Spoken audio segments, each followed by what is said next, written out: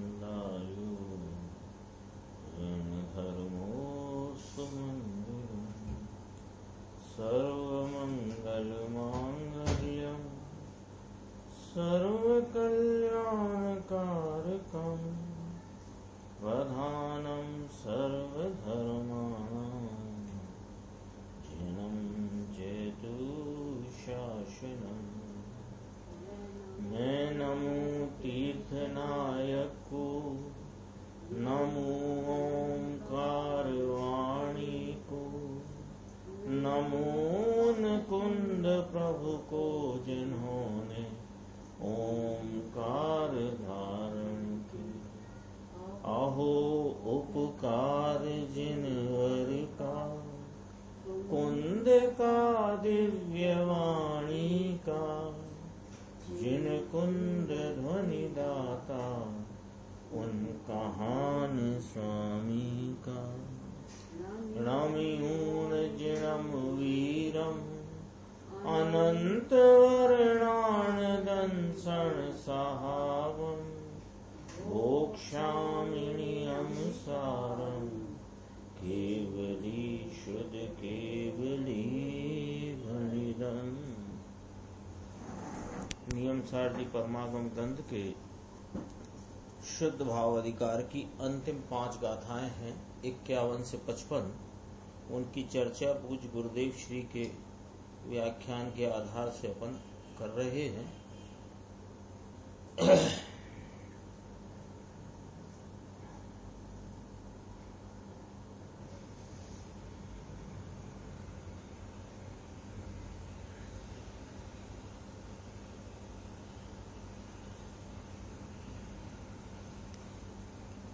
इसमें जो चर्चा अब तक आई कि रत्नत्रय के स्वरूप का यहाँ कथन किया गया है। रत्नत्रय किसे कहना कि जो मुक्ति की प्राप्ति का उपाय है, सम्यक दर्शन, सम्यक ज्ञान, सम्यक चारित्र, यह 3 रत्न हैं। इनके मूल देकर के जीव को मुक्ति प्राप्त होती है, ये चर्चा आई थी।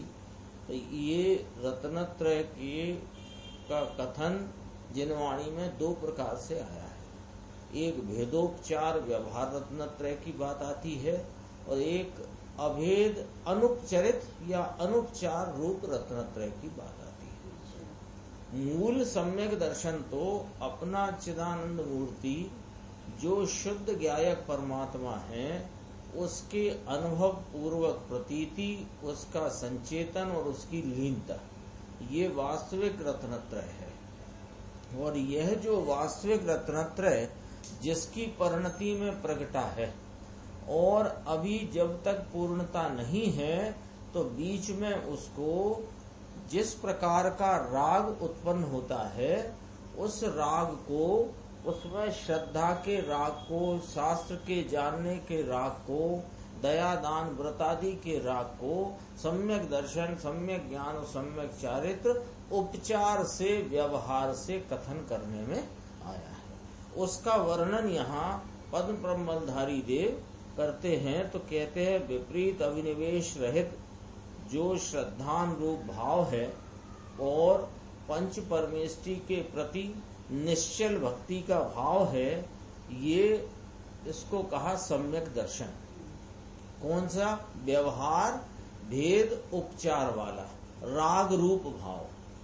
फिर कहा कि जो जिन प्रणीत जो तत्व है, वीतराग भगवान का द्वारा कहा हुआ, तो अन्न के द्वारा कहा हुआ, उसमें उसके द्वारा मान्यता रखकर किसी प्रकार का संशय, विमोह और विभ्रम से रहित जो वस्तुओं का, पदार्थों का जानपना है, उसे व्यवहार सम्यक ज्ञान कहा। और पाप क्रिया से निवृत्ति रूप जो परिणाम है, उसको व्यवहार चारित्र कहा। इस प्रकार से अपना वर्णन आया था। इसमें एक बात जो कल विशेष आई थी अपनी स्वाध्याय में, कि जिन प्रणीत है उपादेय तत्वों का ज्ञान, उसको सम्यक ज्ञान कहा गया है। तो जिन प्रणीत माने जिनेन्द्र परमात्मा द्वारा प्रतिपादित किए हुए 6 द्रव्य 7 तत्व 9 पदार्थ में हे उपादेयता का ज्ञान होना वह सम्यक ज्ञान कहा, लेकिन ये व्यवहार सम्यक ज्ञान है, ये भेद उपचार वाला सम्यक ज्ञान है। ये हाँ, क्योंकि इसमें दो आए, एक हे और उपादेय। तो हे उपादेय दो आए तो क्या हो गया, भेद खड़ा हो गया। भेद हो गया तो क्या हो गया, व्यवहार हो गया। व्यवहार होने से यह निश्चय रत्नत्रय या निश्चय सम्यक ज्ञान नहीं, और यह वास्तविक सम्यक ज्ञान नहीं कहलाता। ये चर्चा अपनी चलती आई थी। इसमें गुरुदेव श्री ने इसी ग्रंथ की 12वीं शुरू की गाथाओं में 5वीं गाथा है शायद, उसका यहाँ संदर्भ लिया 340 पेज। यहाँ से अपन अपनी चर्चा आज शुरू करते हैं। देखो यहाँ आया बीच में है, उसमें जिन प्रणीत वीतराग त्रिलोकनाथ जिनेश्वर देव तीर्थंकर देव के कहे हुए तत्व, इनके हे उपादेय तत्व का ज्ञान है, यह सम्यक ज्ञान है, व्यवहार है। ये पहले भी आ गई है बात, गुरुदेव कह रहे हैं न। किसी को लगे कि शास्त्र ज्ञान वो उसको व्यवहार सम्यक ज्ञान कहा, वो तो ठीक, लेकिन शास्त्र के द्वारा सब तत्वों पदार्थों का जानने के उपरांत हे उपादेयता का जो निर्णय है, ये भी व्यवहार सम्यक है। ये यहाँ कहना चाहते हैं। तो कहते हैं ये बात पहले भी कही गई है। हिम्मत भाई को पुकारा, हिम्मत भाई देखो, बाह्य तत्व और परमात्म तत्व पहले आ गई है। कौन सी गाथा, 5वीं, देखो प्रश्न नंबर 12 मूल ग्रंथ का। क्या कहते हैं कि तत्वो माने बहुवचन है ना। वे जो तत्व हैं उनमें दो भेद वाले हैं। वे तत्व हैं जिन्हें परमात्मा ने कहे, वे तत्व दो भेद वाले हैं, बहिर्तत्व और अंतः तत्व। तो बहिर्तत्व और अंतः तत्व रूप परमात्म तत्व, ऐसे ये दो भेद वाले तत्व हैं। जीव की ऐसी श्रद्धा को व्यवहार संकेत कहते हैं। बहिर तत्व माने राग आदि और अंतः तत्व माने जीव आदि, परमात्म तत्व ऐसे दो भेद वाले हैं। अथवा उसी को विस्तार कर दिया, जीव अजीव आश्रव संबंध निर्जरा बंध और मोक्ष। ऐसे भेदों के कारण 7 प्रकार के हैं। यानी पहले 2 प्रकार पकड़े, एक बहिर तत्व एक अंतः तत्व। और बहिर तत्व और अंतः तत्व के जो 2 भेद कहे, इनको विस्तार करके क्या कहा, जीव अजीव आश्रव संबंध निर्जरा बंध और मोक्ष। ऐसे 7 प्रकार के हैं। उनका, उन 7 तत्वों का अथवा उन 2 तत्वों का, कौन से, बहिर तत्व अंतर तत्व के वर्गीकरण में 2 और जीव अजीव आश्रव बंध संवर निर्जरा मोक्ष वाले वर्गीकरण से 7। इन तत्वों के आप्त का, आगम का और तत्व का सम्यक श्रद्धा। यानी इसमें आप्त की चर्चा भी आई थी। आप्त किसे कहना, आगम किसे कहना और तत्व किसे कहना, 3 बातें आई ना। आप्त माने कहने वाले, आगम माने कहा हुआ, तत्व माने जिसको कहा, 3 हो गए ना। आप्त माने कहने वाले, जो समस्त पदार्थों को अपने केवल ज्ञान में एक समय में युगपत उनके समस्त गुण और 3 काल की पर्यायों को जानते हैं, वे आप्त हैं। सो वे कहते हैं, कहने वाला आप्त, जो कहा गया उनके द्वारा वह आगम, और जिसके बारे में कहा गया वे तत्व। इनका सम्यक श्रद्धान वह व्यवहार सम्यक है। देखो इसमें सब समा गया कि नहीं समा गया। पंच परमेष्टि के प्रति निश्चल भक्ति भी आ गई, और तत्वों का यथार्थ विपरीत अभिनिवेश रूप जानपना और श्रद्धान भी आ गया, और हे उपादेय तत्वों का जानपना भी आ गया। ये सब व्यवहार सम्यक्त्व है। तो व्यवहार सम्यक दर्शन, व्यवहार सम्यक ज्ञान इस परिभाषा में समाहित है। देखो व्यवहार है, राग है। क्या कहा, दोबारा कहते हैं, अंतः तत्व रूप, ये 5वीं गाथा का संदर्भ है। अंतः तत्व रूप परमात्म तत्व, इसके साथ बहिर तत्व की श्रद्धा को जोड़ना। तो दो की श्रद्धा हुई ना, दो की श्रद्धा हुई। कैसी दो की श्रद्धा हुई? यह में अंतः तत्व परमात्म स्वरूप और आश्रम बंद आदि ये बहिर तत्व है। तो बहिर तत्व है, इनको बहिर तत्व रूप श्रद्धान में लिया और अंतः तत्व को अंतर तत्व रूप श्रद्धान में लिया, तो दो की श्रद्धा हुई ना। कथन दो का आएगा, श्रद्धा तो एक ही है। यहाँ तो इस राग रूप है ना, ये व्यवहार संकेत की बात है ना, तो दो की हुई ना। वो तो एक को पकड़ने से दो की हुई, तो दो की हुई ये व्यवहार कहलाया, और एक अपने निज ज्ञायक परमात्मा की हुई ये निश्चय कहलाया। होगी तो जब निज ज्ञायक परमात्मा की यथार्थ श्रद्धा हुई, तभी यह श्रद्धा हुई कि ये मैं नहीं। तो ये जो मैं नहीं, उनकी नहीं पने की श्रद्धा, और जो मैं हूं उसकी है पने की श्रद्धा, ये दो प्रकार पड़ गए। तो दो प्रकार पड़े तो ये व्यवहार श्रद्धा है, और ये विकल्पात्मक है। विकल्पात्मक होने से राग रूप है, राग रूप होने से व्यवहार श्रद्धा है। अभी तो वेदोपचार व्यवहार रत्नत्रय की बात चल रही है ना। देखो इसमें गुरुदेव का लाइन देखो, एनी साथे बह तत्वनी श्रद्धा ने जोड़वी, अंतः तत्व स्वरूप परमात्म तत्व, यह मैं ज्ञायक परमात्मा, यह मैं और यह मैं नहीं, ऐसा श्रद्धा का भाव जुड़ा।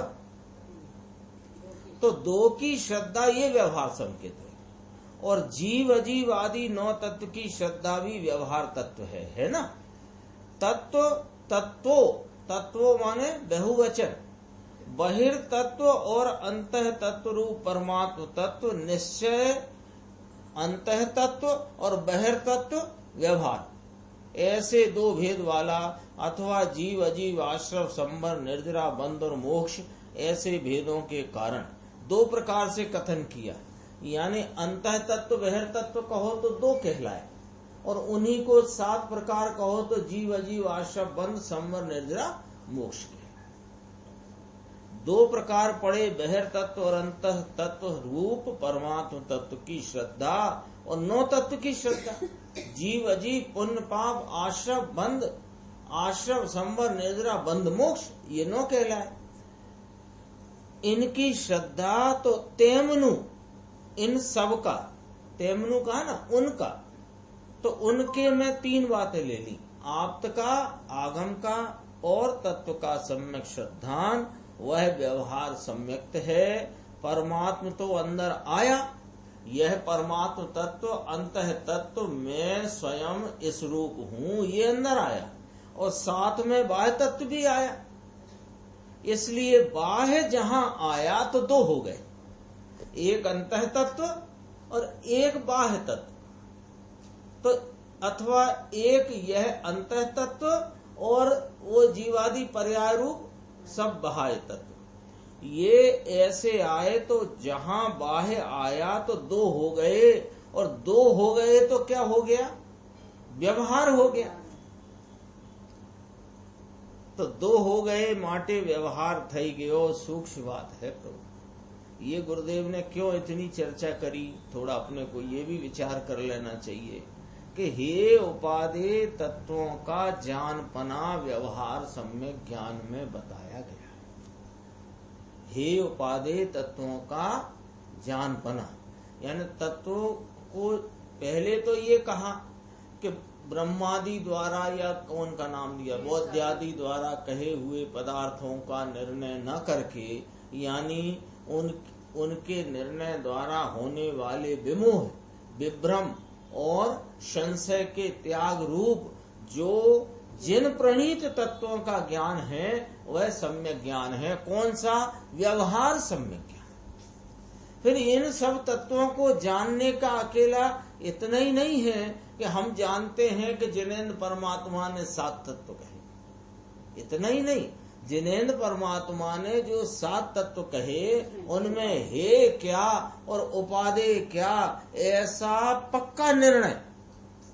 इस निर्णय में घपला नहीं चलेगा कि कोई अपेक्षा आश्रव को संबर कह दो, कभी संबर को संबर कह दो, ये घपलेबाजी नहीं चलेगी। कभी अजीब को जीव मानने लग गया, कभी जीव को अजीब मानने लग गया। अब साहब व्यवहार से तो शरीर को भी जीव ही कहते हैं ना, ऐसा। अथवा शरीर आदम खलु धर्म साधनम, ये एकदम व्यवहार की बात है, इसको जीव का मोक्ष साधन मानने लग गया। ये सब गफलत नहीं चलेगी। ऐसा है उपादेय तत्वों का यथार्थ रूप से पक्का नक्की पने निर्णय होना, ये व्यवहार सम्यक ज्ञान। ये व्यवहार सम्यक ज्ञान है। तो निश्चय सम्यक ज्ञान क्या है, वो यदि अपन सामने समझ लें तो ये व्यवहार सम्यक ज्ञान है। इसे समझने में अपने को अड़चन नहीं आएगी कि अपनी आत्मा के अभेद भाव को उपयोग का विषय बना करके उसकी अनंत सामर्थ्य का उपयोग दशा में प्रगट प्रत्यक्ष वेदन रूप जो परिणमन है, वह सम्यक ज्ञान, वह निश्चय सम्यक ज्ञान। तो ये है उपादेय क्या है, ये व्यवहार सम्यक ज्ञान। इतनी चर्चा यहाँ उठाई गुरुदेव ने विस्तार से। अपन थोड़े आगे चलते, 342 पेज। अब यहां से अपना जो 5 गाथाओं का विषय है ना, 51 से 55 तक, तो इसमें पहले व्यवहार सम्यक्त की चर्चा आ गई, व्यवहार सम्यक ज्ञान की आ गई, व्यवहार सम्यक चारित्र की आ गई।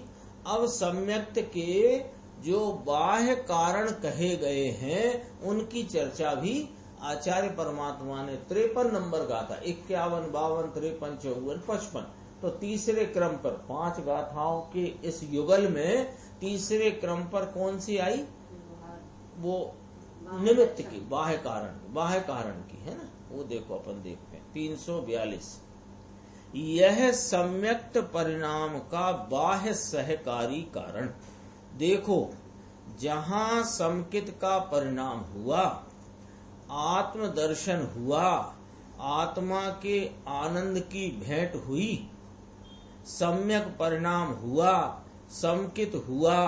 क्या समकित हुआ, क्या हुआ कि अनंत काल में नहीं हुआ ऐसा यह सम्यक दर्शन आत्मा के आनंद के आश्रय से हुआ। भाषा देखना क्या है गुरुदेव की, कैसे हुआ, आत्मा के आनंद के आश्रय से हुआ। आनंद पर्याय कि नाना, आत्मा अभेद वस्तु का आलम्बन लेने से उपजा हुआ आनंद, उपजे आनंद का वेदन होते ही यह मैं आत्मा हूँ ऐसी प्रतीति। प्रतीति कैसे होगी, भान पूर्वक, है ना। तो भान में क्या आया, मुख्यतया आनंद, और भी अनंत गुणों की निर्मलता उनका वेदन है, पर मुख्यतया अतीन्द्रिय आनंद। कईयों बार चर्चा अपनी हो गई है कि अतीन्द्रिय आनंद का लक्षण क्या, कि जो अब तक तुमने आनंद माना है उससे अलग जाति का, यही उसका लक्षण है, अपूर्व है। तो आत्मा के, ये गुरुदेव की भाषा में पकड़ने की बात है थोड़ी सी। सम्यक दर्शन कैसे हुआ कि आत्मा के आनंद के आश्रय से हुआ। देखो ये शब्द, ये आधा वाक्य है ना, आधी लाइन का वाक्य, ये बहुत कीमती है इस पूरी चर्चा में। क्यों है कीमती, उसकी भी बात करते हैं। आनंद का आश्रय थोड़ी लेगा। हाँ, एक तो आनंद का आश्रय नहीं है, आनंद स्वरूप आत्मा के अभेद पने का आश्रय लेने से आनंद का भान हुआ, तो भान सहित की प्रतीति होती है। तो वो प्रतीति में आनंद में हूँ ये ना आया, आनंद के वेदन होते ही यह मैं आत्मा हूँ, यह मैं हूँ, इतना भी वचन का व्यवहार पड़ता है। ये हूँ ऐसा करके वहां प्रतीति का भाव हकार आती है, हकार स्वीकारता की। दूसरा इसका मुख्यता का या इसकी जो महत्व का कारण क्या है कि यहाँ चर्चा चल रही है बाह्य सहकारी कारणों की।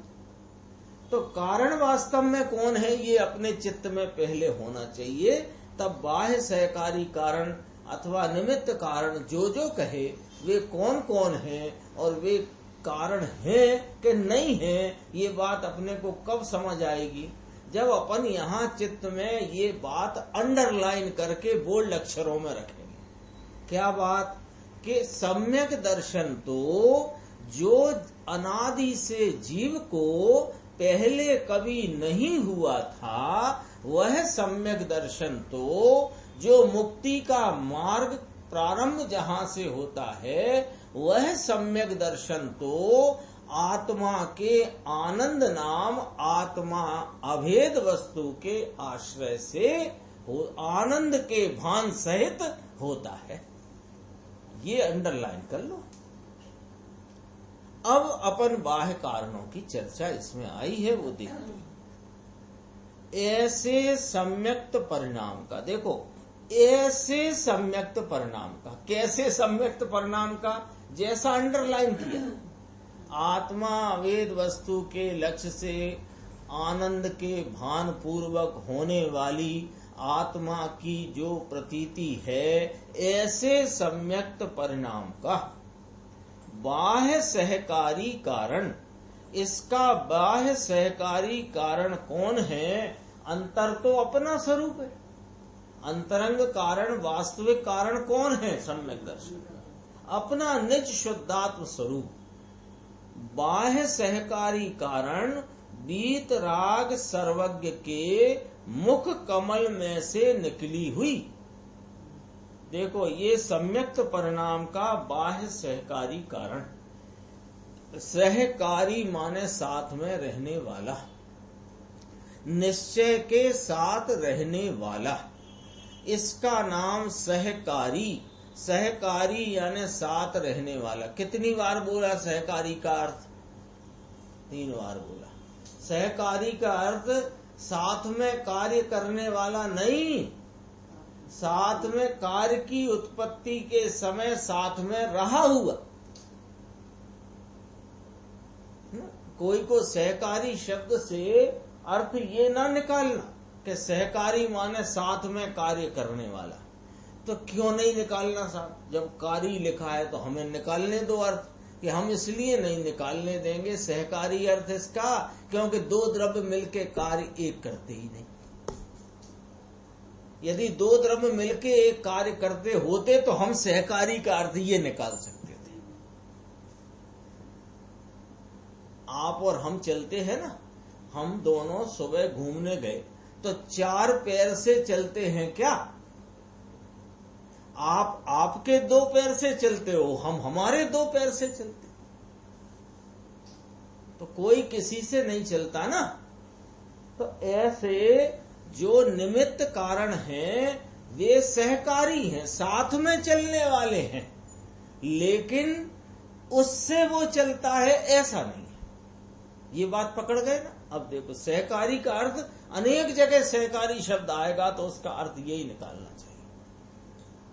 कई जगह पंडित जी ने सहचारी शब्द भी लिया, टोडरमल जी साहब ने सहचारी भी लिया है। सहकारी भी कहते हैं, सहचारी भी कहते हैं। वास्तव में सहचारी शब्द ज्यादा उपयुक्त हुआ है, साथ में चलने वाला, रहने वाला। अब देखो, ये सहकारी कारण किसको कहा? किसको कहा? वहां तक पहुंचना है। भगवान को ना कहा, सुनना जरा अभी शांति से। बीत राग सर्वज्ञ के मुख कमल में से निकला हुआ, समस्त वस्तु के प्रतिपादन में समर्थ, ऐसा द्रव्य श्रुत रूप तत्व ज्ञान ही है। आ गया ना? तो अब इसमें देव और शास्त्र दोनों आ गए ना। देव इसलिए आ गए कि वो उनके मुख से निकला तो वो उसके निमित्त होने से साथ में लिए गए। वास्तव में वो जो भगवान विराजते हैं, वो भगवान को निमित्त कैसे कहा? कि उनके द्वारा प्रतिपादित तत्व ज्ञान निमित्त है, वो अपेक्षा से वे भी निमित्त कहलाते हैं।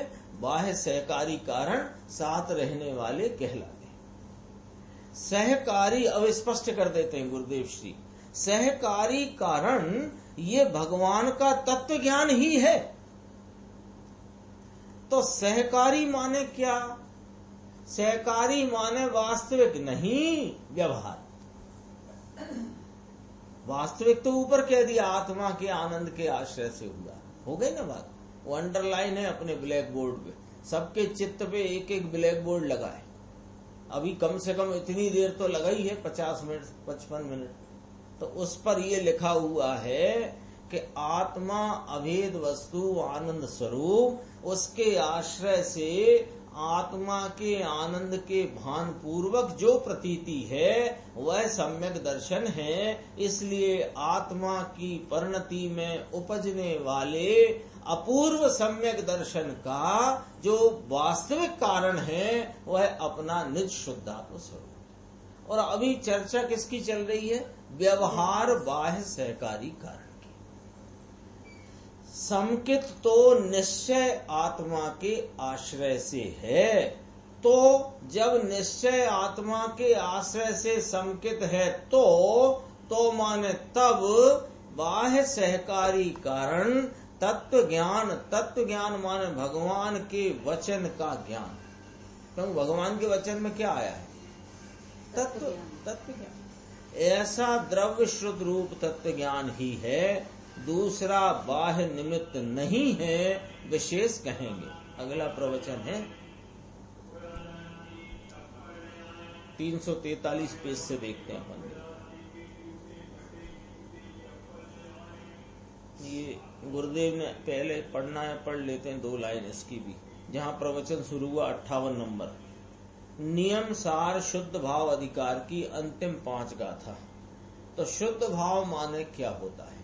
शुद्ध भाव माने पर्याय नहीं, ठीक है। ध्रुव त्रिकाली ध्रुव जो है यह शुद्ध भाव है।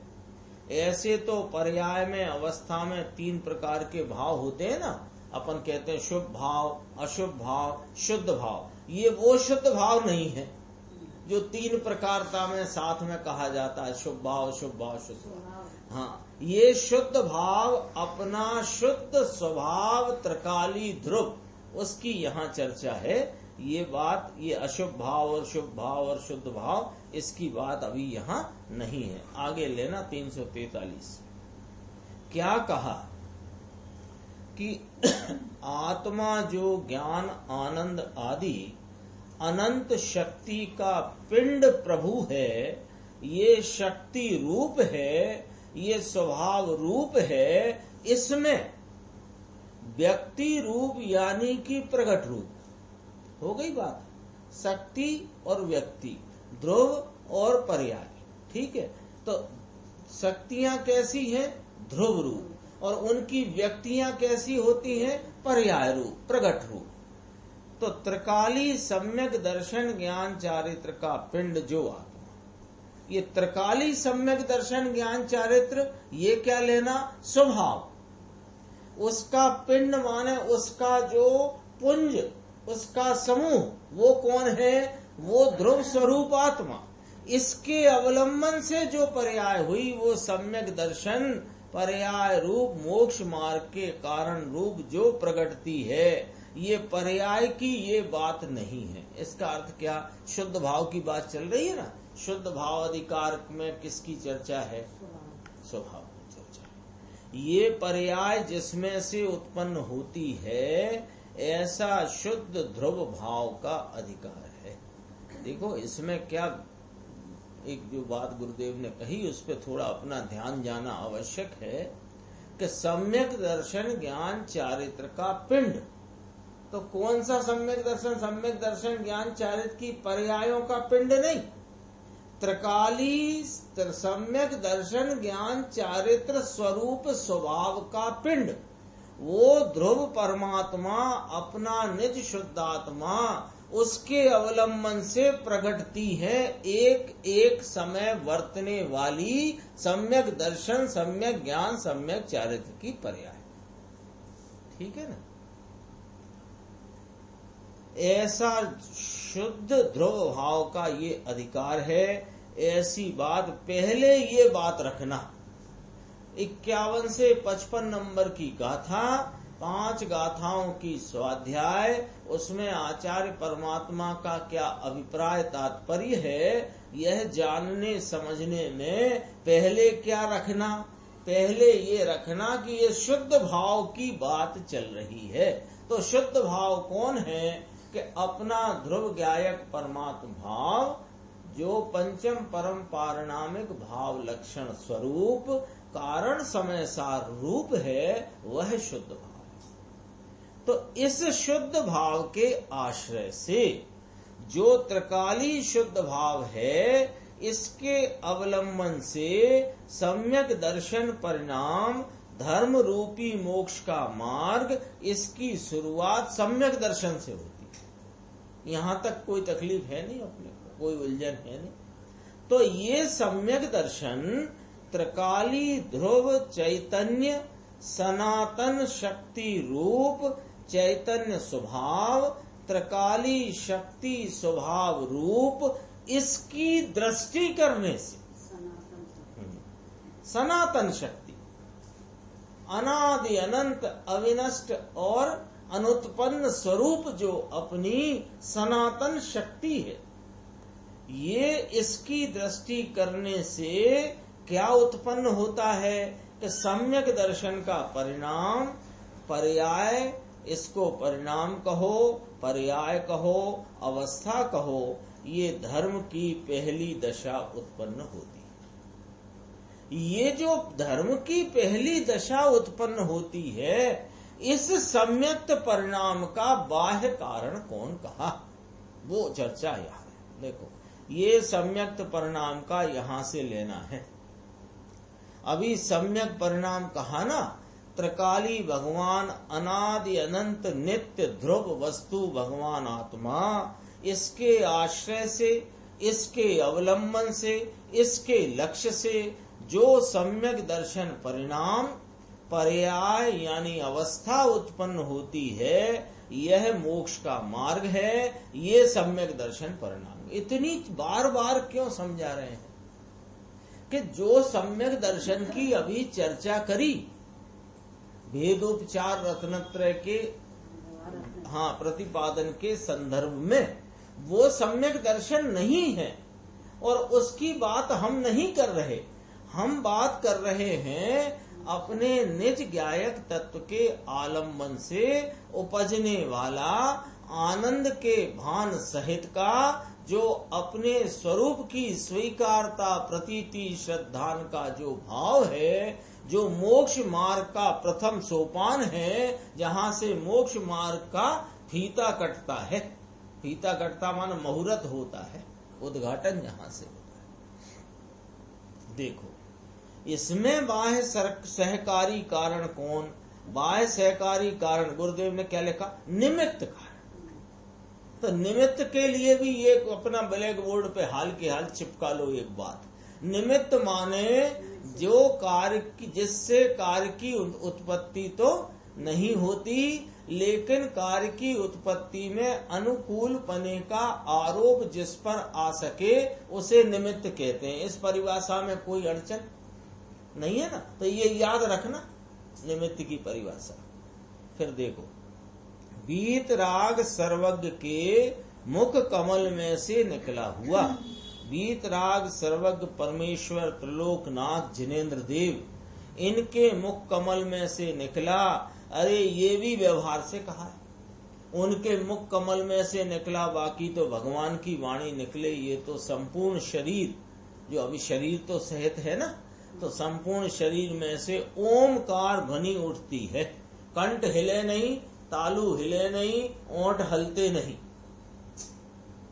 लेकिन यहाँ लोग बाह्य से समझते हैं, तो बाह्य का उपचार कह के मुख कमल है ना, या उनके मुखार बिंद से ऐसे कहने में आती है। मुखार बिंद भी कमल से ही कहते हैं, अरविंद कमल को कहते हैं ना, मुखार बिंद, मुख अरविंद, मुख कमल।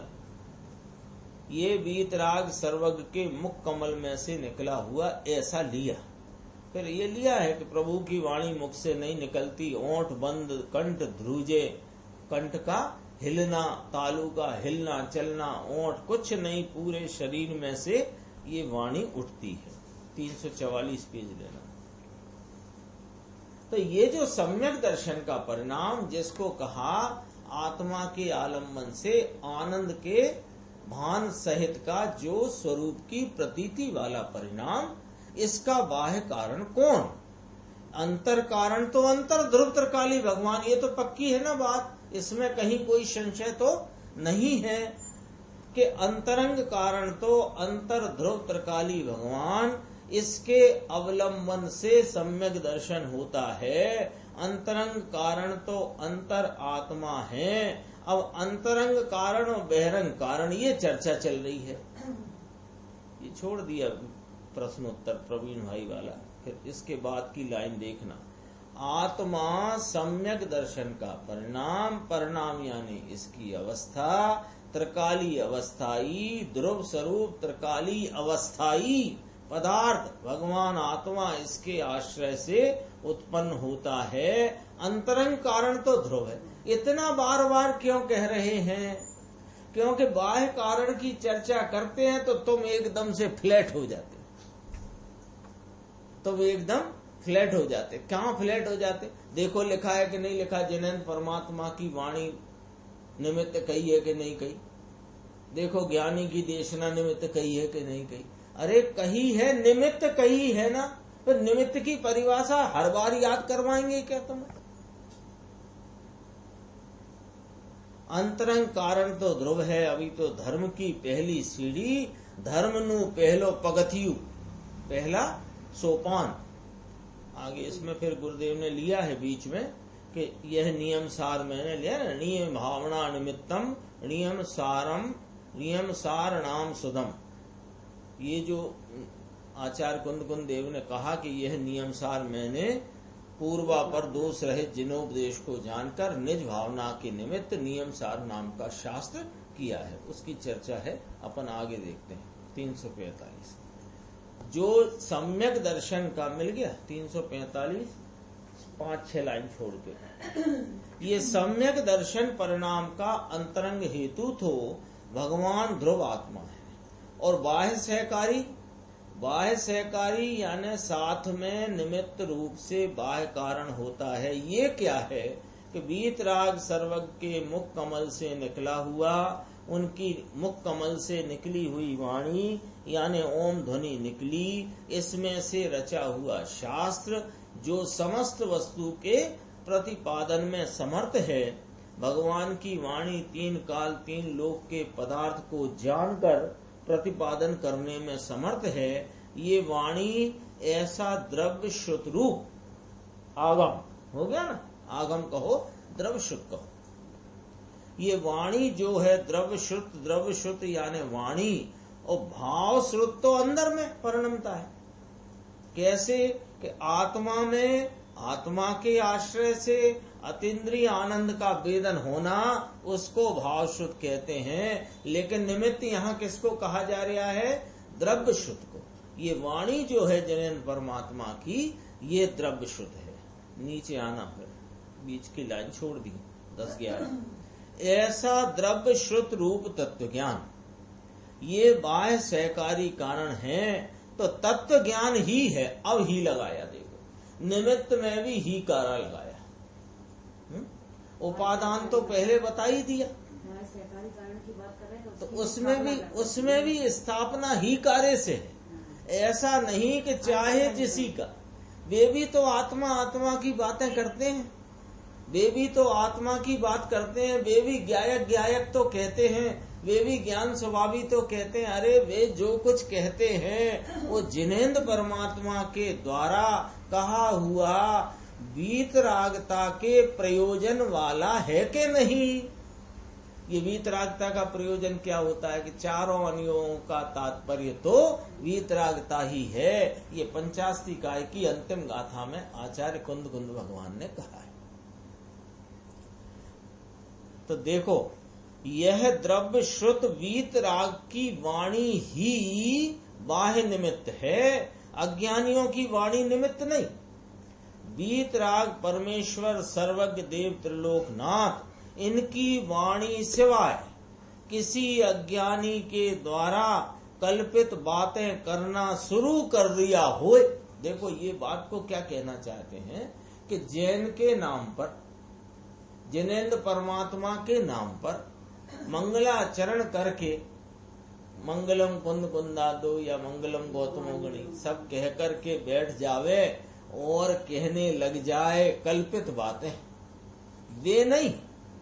ये संकेत का बाह्य कारण भी नहीं है, अंतरंग कारण तो है ही नहीं, उसकी तो चर्चा पहले करी थी। बाह्य सहकारी कारण भी अज्ञानी सर्वज्ञ वीतराग सिवाय किसी की वाणी बाह्य में निमित्त भी नहीं ही है ना, ऐसा लिखा है ना। द्रव्य श्रुत रूप तत्व ज्ञान ही है, यह एक ही निमित्त है, दूसरा कोई निमित्त हो सकता नहीं। 346 पेज। अब एक और कारण कहा, टीकाकार मुनिराज ने कहा ना, उसकी चर्चा।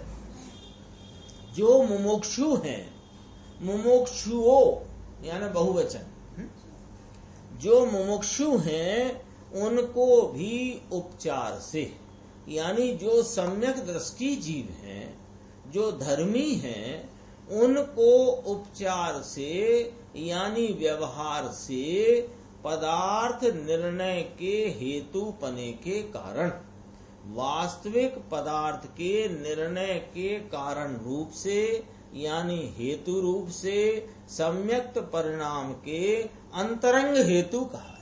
अब इसको जरा गंभीरता से समझना है ना, इसको समझना जरूरी है। अंतरंग हेतु तो आपने अभी अपना शुद्धात्मा का आश्रय बताया था, तो अंतरंग हेतु तो यह अपना निज ज्ञायक परमात्मा कहा था। अब ये कौन सा अंतरंग हेतु आ गया, समझना पड़ेगी ना बात, तो समझो जरा। देखो क्या कहा, सम्यक दर्शन परिणाम में अंतरंग हेतु तो शुद्ध ध्रुव ही है, लेकिन जो जीव सम्यक दृष्टि धर्मी है यानी सम्यक दर्शन ज्ञान चारित्र प्राप्त है, इसका अभिप्राय है ये अंदर समझना है।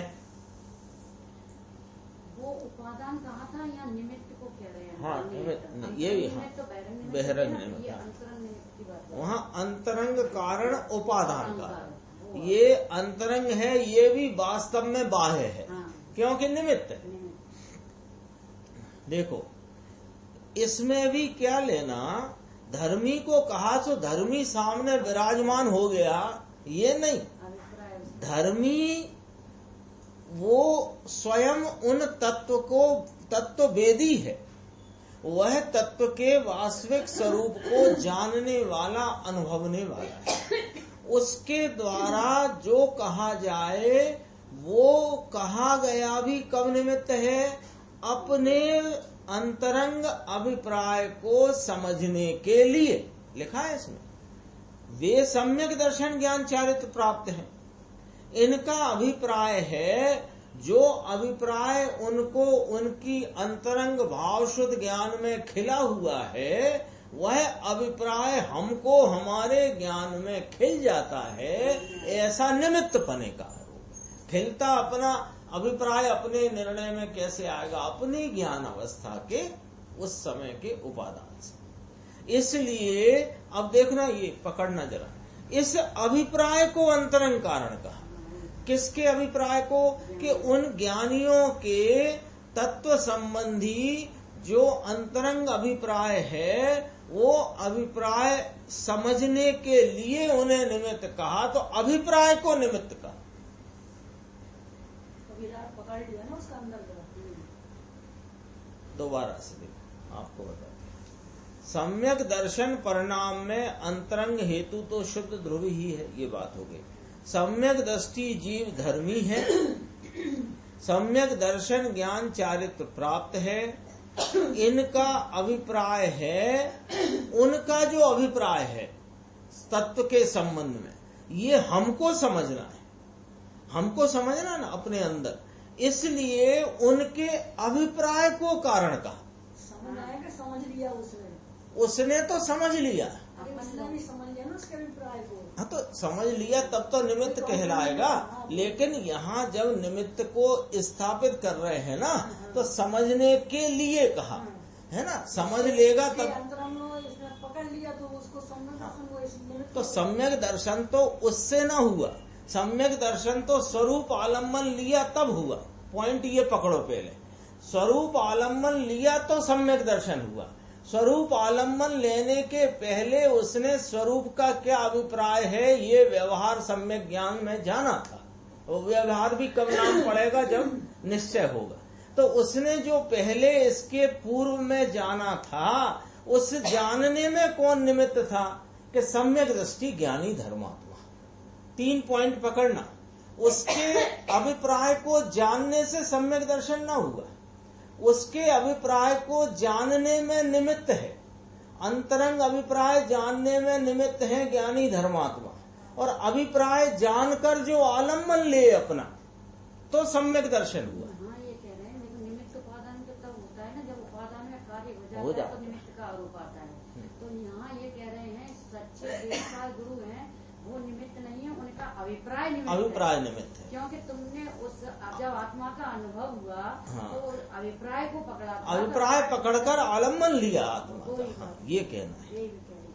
हाँ, वो आप कह रहे हैं ना निमित्त। अब ये इसमें हमारी है ना, इसमें जो समझने के लिए अभिप्राय को अंतरंग कारण आप जो कह रहे हैं समझ लिया, वो बात तो कब आई कि उपादान हुए तो निमित्त पे आरोप आया। ये नहीं मेरी बात तो सुन लो आप। यहाँ जो शब्द का जो अर्थ निकलना है, उपादान में कार्य होए तो निमित्त पे आरोप आता है। उस दृष्टि से अपन कहेंगे तो जब ज्ञानी के निमित्त से अंतरंग अभिप्राय समझ लिया तो ज्ञानी को निमित्त कहने में आया। यही कहना है ना आपका। अब अपन इसको क्या करते हैं, ज्ञानी को यहाँ निमित्त रूप से कहा जा रहा है। तो ज्ञानी का जो अभिप्राय है ये अंदर समझना है, इसलिए उसे निमित्त कहा गया। लेकिन किसको? ज्ञानी को नहीं, उसके अभिप्राय को निमित्त कहा। ज्ञानी का अभिप्राय अंतरंग उसको निमित्त। अभी और पढ़ो पूरी लाइन। अभिप्राय को ये मेरे 5 दिन से अंडरलाइन करके रखा है।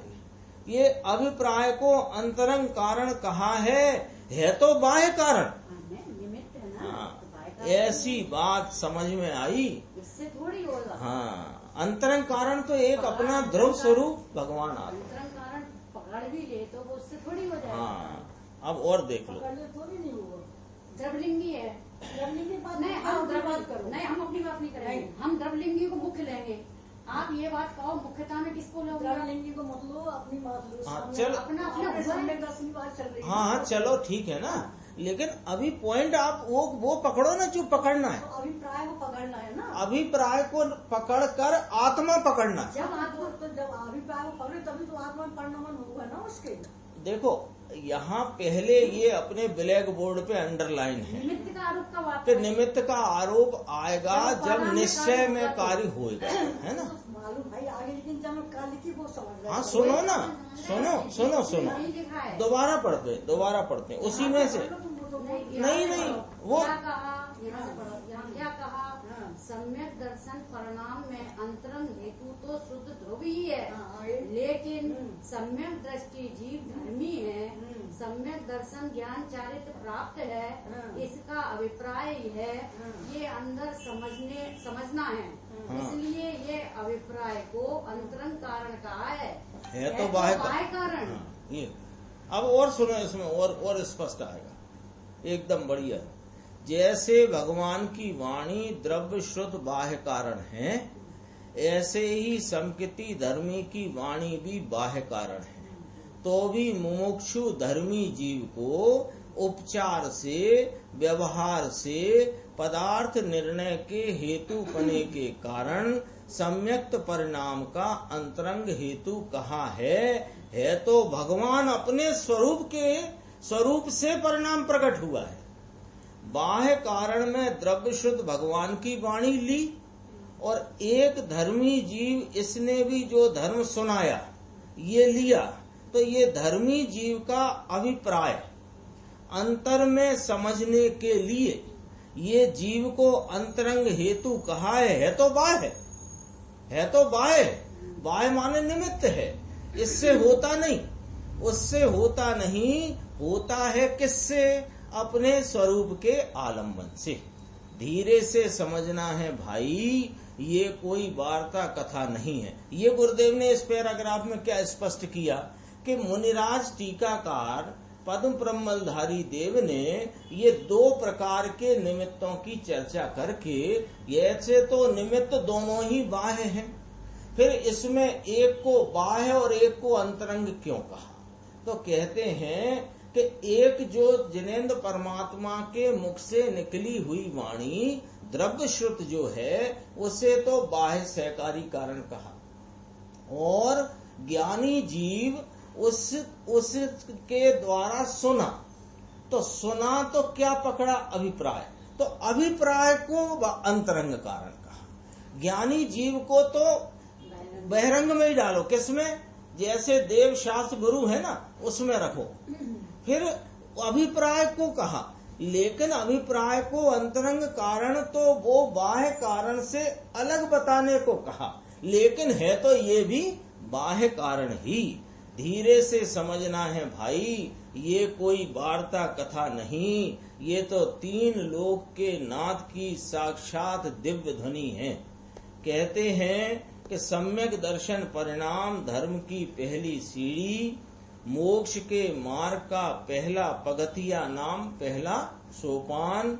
ये सम्यक दर्शन का परिणाम, इसका अंतरंग हेतु तो ध्रुव है, ध्रुव निज गायक परमात्मा, और बाह्य हेतु वीतराग की वाणी निमित्त कारण सहकारी है। लेकिन धर्मी जीव ने उपदेश किया, और ये धर्मी समकिति ज्ञानी है, इसका उपदेश है किसका? ज्ञानी धर्मात्मा का। तो ये उपदेश सुनकर इसका अभिप्राय प्राप्त हुआ। मेलवेयो शब्द डला है ना, मेलवेयो माने प्राप्त हुआ। इसका अभिप्राय प्राप्त हुआ, तो इसका अभिप्राय क्या है ये पकड़ लिया। तो उसके अभिप्राय में क्या पकड़ा? अब पॉइंट ये आया, ज्ञानी धर्मात्मा ने सुनाया तो उसके अभिप्राय में क्या पकड़ा कि तू स्वयं ही वो भगवान आत्मा ज्ञायक तत्व ध्रुव रूप सदरस एक रूप रहने वाला, ये ही आलम्बन भूत है, इसके ही आलम्बन से सम्यक दर्शन होता है। तो अभिप्राय ये पकड़ा, तो आलम्बन अब किसका लेगा? अभिप्राय का। वो अभिप्राय का कि जिस अभिप्राय में जो वस्तु बताई है, उसका जो वस्तु बताई है, तो अंतरंग कारण वो है, तो फिर ये बाह्य में निमित्त कारण बताई, उसको पकड़ करके सम्यक दर्शन हुआ, तो कहा कहने, तो उसका नाम है अभिप्राय मेलव्यो, अभिप्राय प्राप्त हुआ।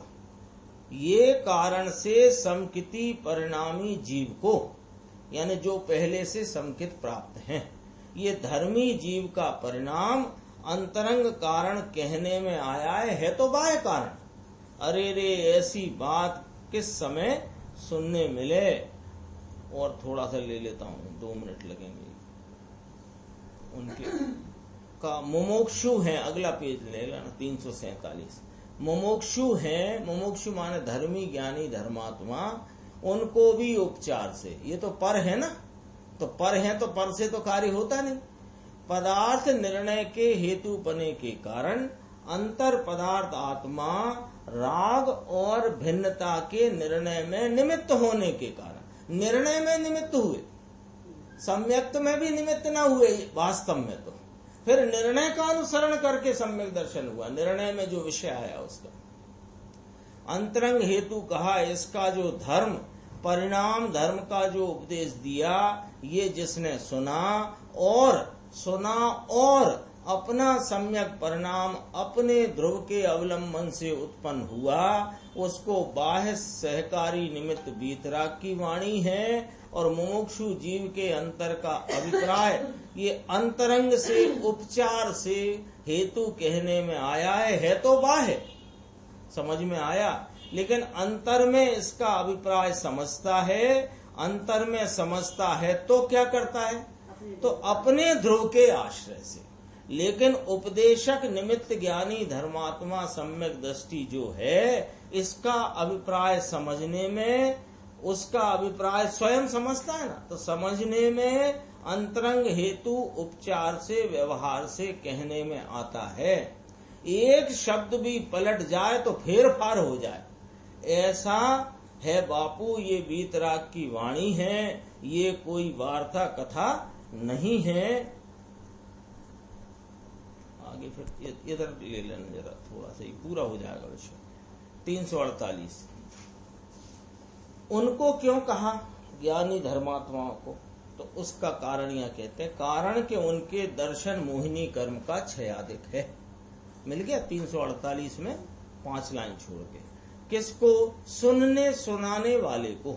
सुनता है इसको तो सम्यक दर्शन इसने प्राप्त किया, सुनने वाले ने, तो उसको बाह्य सहकारी कारण द्रव्य शुद्ध वीतरागी वाणी जो मुमुक्षु है इसको समझाते हैं। मुमुक्षु जीव ज्ञानी धर्मात्मा जो समझाते हैं उनको दर्शन मोहिनी कर्म का क्षयोपशम क्षयादिक हुआ है, यानी मिथ्या दृष्टि अथवा अज्ञानी निमित्त नहीं होते, ऐसा यहाँ सिद्ध करना है, क्योंकि वे तत्व के अभिप्राय से जानने वाले ही नहीं हैं।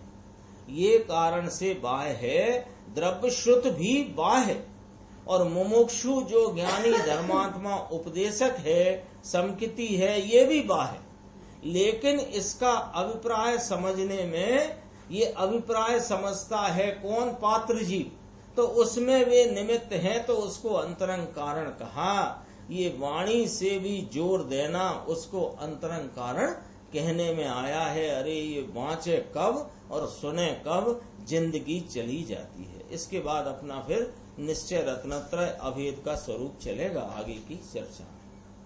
निज निधि निज में बताई, यह अनंत उपकार है, उसके लिए जिन वाणी माँ को वंदना शत बार।